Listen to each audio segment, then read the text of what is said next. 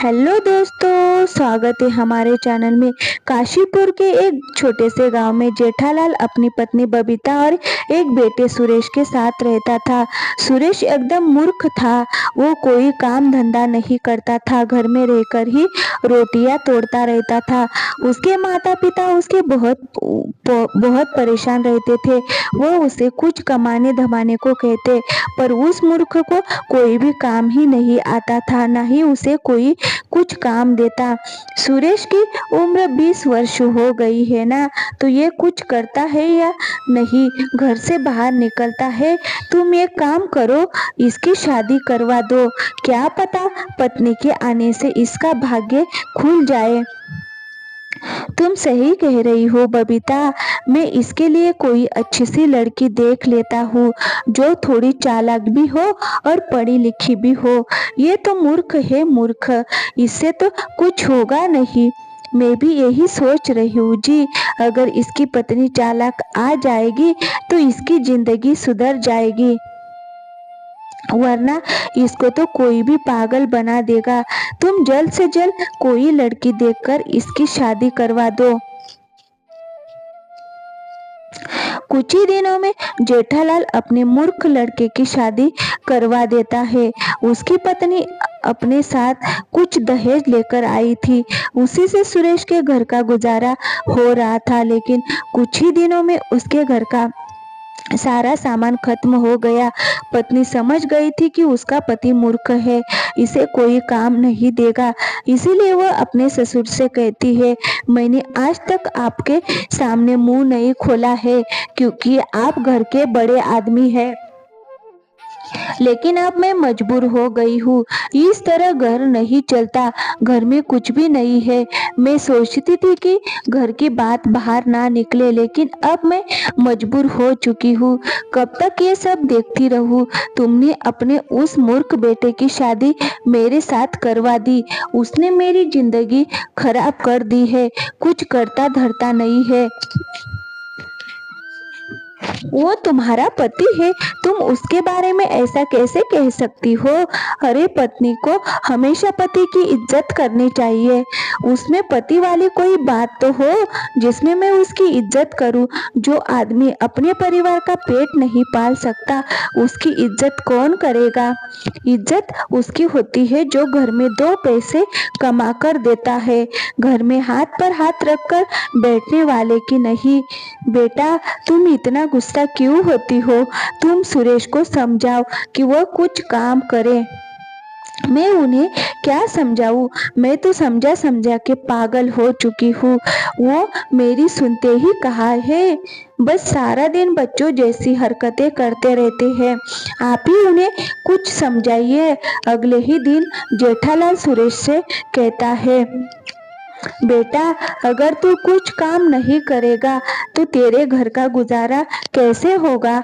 अरे तेरी पत्नी सारा दिन तेरी वजह से परेशान रहती है। तू एक काम कर, कहीं से भी कुछ ज्ञान सीख कर आ। ये कुछ पैसे हैं, तुझे रास्ते में इनकी जरूरत पड़ेगी। फिर अगले दिन पिताजी की बात मानकर वह न्यानी को ढूंढने निकल जाता है। कई दिन भटकने के बाद उसे एक न्यानी मिला। न्यानी को प्रणाम कर उसने कहा, मैंने सुना है तुम बहुत बड़े न्यानी हो, तुम लोगों को ज्ञान देते हो। मैं कई दिनों से किसी न्यानी को ढूंढ रहा था, फिर लोगों ने तुम्हारे बारे में बताया। इसीलिए न्यानी जी, मुझे कुछ ज्ञान दीजिए। मैं अत्यंत कष्ट में हूँ। बिना ज्ञान के तो मनुष्य को कष्ट होगा ही। मैं तुम्हें जरूर ज्ञान दूंगा, पर मैं मुफ्त में किसी को भी ज्ञान नहीं देता। उसके लिए मुझे तुम्हें कीमत चुकानी होगी। न्यानी जी, आप ज्ञान देने की कितनी कीमत लेंगे। एक ज्ञान का 1 पैसा। जेठालाल ने सुरेश को 50 पैसे दिए थे, लेकिन अब मूर्ख सुरेश के पास 4 पैसे बचे थे। वह उसने ज्ञानी को दे दिए। 4 पैसे लेकर ज्ञानी बोला, तुमने मुझे 4 पैसे दिए हैं, इसलिए मैं तुम्हें 4 ही ज्ञान की बातें बताऊंगा, अच्छी तरह याद कर लो। पहला ज्ञान ये है कि जिस बात को 5 आदमी कहे उसे सत्य मान लेना चाहिए।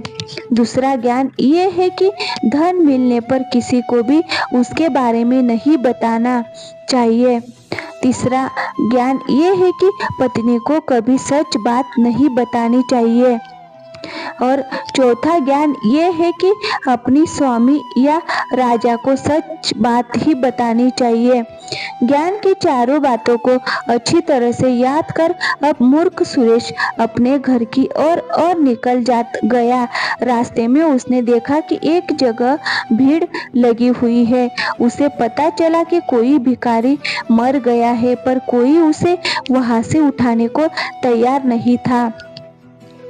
तभी मूर्ख सुरेश वहां पर आ जाता है।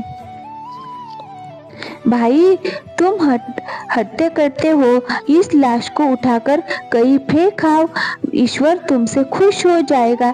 मैं इस लाश को क्यों फेंक के आऊं? ना तो ये मेरा कोई रिश्तेदार है और ना ही कोई जानने वाला, फिर मैं क्यों इस लाश को फेंक कर आऊं? लेकिन एकदम से मूर्ख सुरेश को ज्ञानी द्वारा दिए गए पहले ज्ञान की याद आ गई कि 5 आदमी जो कहे उसे सच मान लेना चाहिए। यहाँ तो 5 से भी अधिक आदमी है। उसने लाश उठाई और गांव से बाहर एक वीरान जगह में उठाकर फेंकने लगा। तभी उसने देखा कि भिखारी के फटे पुराने कपड़ों से अनेक रुपए गिर रहे हैं। उसने सारे रुपयों को इकट्ठा किया और अपनी जेब में रख के चुपचाप अपने घर चला गया।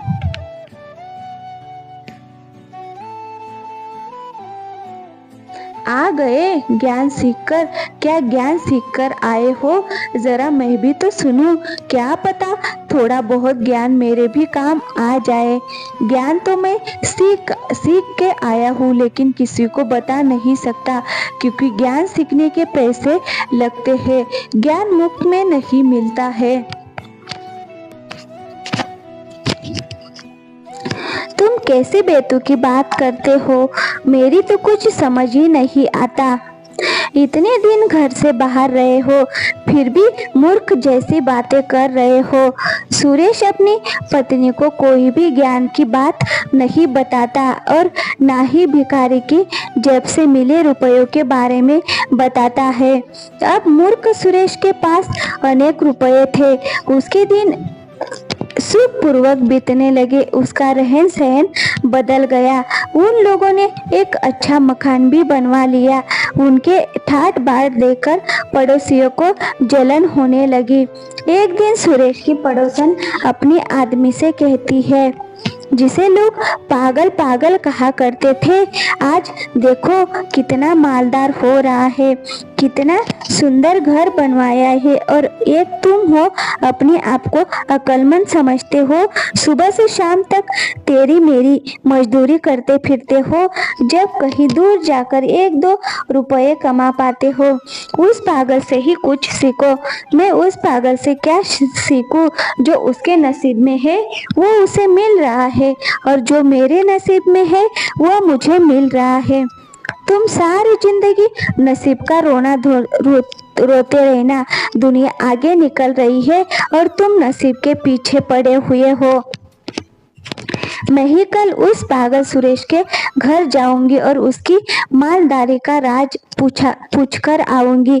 पड़ोसन अगले ही दिन सुरेश के घर आई और उसकी पत्नी से बोली, अरे दीदी, आपका पति क्या करता है जो आप लोग इतने ठाट बाट से रहते हैं?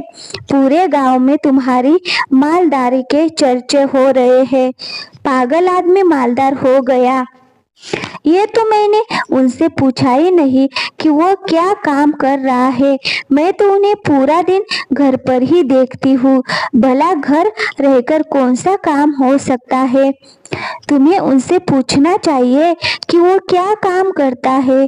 जो आदमी अपनी पत्नी से अपनी आमदनी छुपाता है, निश्चित रूप से वह कोई गलत तरीके से धन कमाता है। अगर वह आपसे सचमुच प्रेम करता है तो उन्हें आपसे कोई भी बात नहीं छुपानी चाहिए। तुम सही कह रही हो बहन।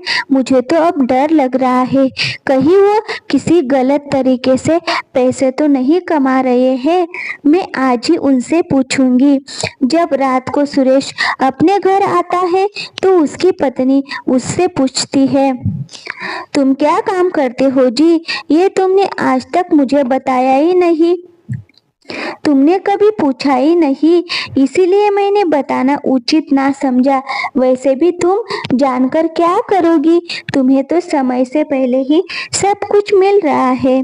अगर तुम्हें कोई परेशानी हो तो मुझे बताओ, मैं अभी पूरी कर देता हूँ। मुझे कोई परेशानी ही नहीं है, बस मैं ये जानना चाहती हूँ कि तुम क्या काम करते हो। मुझे डर है कि कहीं तुम गलत काम तो नहीं कर रहे हो। भला मैं क्यों गलत काम करूँगा? मैं मेहनत से पैसे कमाता हूँ, खून पसीना बहाकर। समझी, मैंने तो तुम्हें कभी मेहनत करते हुए नहीं देखा ही नहीं। सारा दिन घर पर पड़े रहते हो, फिर तुम मेहनत करने कब जाते हो? सच सच बता दो, तुम क्या काम करते हो, वरना मैं अपने घर चली जाऊंगी। फिर पड़े रहना यहाँ अकेले। सुरेश सोचता है, चलो ठीक है, इसे बता देता हूँ। लेकिन तभी उसे नैनी की बात याद आ जाती है कि पत्नी को कभी भी सच बात नहीं बतानी चाहिए। इसीलिए वह अपनी पत्नी से झूठ बोलता है। दरअसल मैंने बाजार से 1 किलो देसी घी खरीदा और उसको रात के 12 बजे एक सांस में पी गया, जिससे मुझे बहुत सारे धन की प्राप्ति हुई। सुरेश की पत्नी दूसरे दिन अपनी पड़ोसन को बुलाती है और उससे कहती है, मेरे पति कोई गलत काम नहीं करते हैं। हमारी मालदारी का राज तो देसी घी है। देसी घी अगर कोई आदमी 1 किलो देसी घी रात को 12 बजे एक सांस में पी जाए तो उसे बहुत सारे धन की प्राप्ति होती है। ये बात तुम किसी को मत बताना, तुम मेरी सहेली हो, बस इसीलिए बता रही हूँ। ये बात सुनकर पड़ोसन बहुत खुश होती है, क्योंकि उसे मालदार होने का राज जो मिल गया था। वह जल्दी से अपने घर जाती है और अपने पति से कहती है, मुझे मूर्ख सुरेश की मालदारी का राज मालूम हो गया है। तुम जल्दी से बाजार जाकर 1 किलो देसी घी ले आओ। एक बार मुझे बताओ तो सही, आखिर उस मालदारी का राज क्या है? मैं भी तो सुनूं। और देसी घी का मालदारी से क्या ताल्लुक है? अरे ताल्लुक है, अगर कोई आदमी 1 किलो देसी घी रात को 12 बजे एक सांस में पी जाए तो उसे बहुत सारे धन की प्राप्ति होती है। ये तुम क्या कह रही हो? ये बात मैंने कभी नहीं सुनी। अगर हर किसी को ये बात मालूम होती तो आज हर कोई मालदार ना होता। ये बात किसी को मालूम ना हो। मैंने बड़ी मुश्किल से सुरेश की पत्नी से पूछा है। अब सारा समय यही खराब करते रहोगे? जाओ जल्दी से बाजार से घी लेकर आओ। पड़ोसन का पति बाजार से 1 किलो देसी घी ले आता है और फिर दोनों 12 बजने का इंतजार करते हैं। जैसे ही 12 बजते हैं, पड़ोसन अपने पति को 1 किलो घी एक सांस में पिला देती है।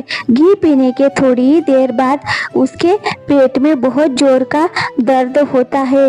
पेट दर्द इतनी जोर से होता है कि वह तड़पने लगता है, उसे दस्त आने लगते हैं। अंत में वह मर गया। पड़ोस ने राजा के पास जाकर उनकी शिकायत की, महाराज मैं लूट गई, बर्बाद हो गई, मेरा कुछ नहीं बचा, सब कुछ खत्म हो गया। अरे कुछ बताओगी भी या रोती ही रहोगी? महाराज, मैं मेरे पति का इंतकाल हो गया है। उन्होंने 1 किलो देसी घी पी लिया था, जिससे उनके पेट में दर्द हुआ और वो मर गए। ये क्या बेहुदा बात कर रही हो? अगर कोई आदमी 1 किलो देसी घी पिएगा तो वो मरेगा ही ना, बचेगा थोड़ी ना। तुम्हारा पति कहीं पागल तो नहीं था? अरे नहीं नहीं महाराज, मेरा पति पागल नहीं था। पागल तो वो मूर्ख सुरेश है, जिसने मुझे ये नुस्खा बताया था। उसने कहा था कि अगर कोई आदमी रात को 12 बजे 1 किलो देसी घी एक सांस में पी जाए तो वो मालदार हो जाता है। इसीलिए मैंने अपने पति को 1 किलो देसी घी पिला दिया।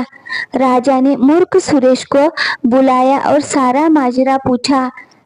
क्यों रे सुरेश, तू लोगों को पागल समझता है, जो 1 किलो घी का नुस्खा बताकर लोगों को मरवा रहा है?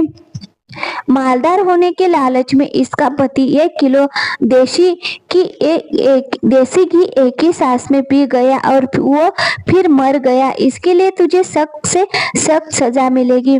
तभी सुरेश को ज्ञानी की बात याद आ जाती है कि अपने स्वामी या राजा को झूठ नहीं बोलना चाहिए। इसीलिए वह राजा से कहता है, महाराज, इसमें मेरी कोई गलती नहीं। मैंने तो एक ज्ञानी को 4 पैसे देकर 4 ज्ञान की बातें सीखी थी।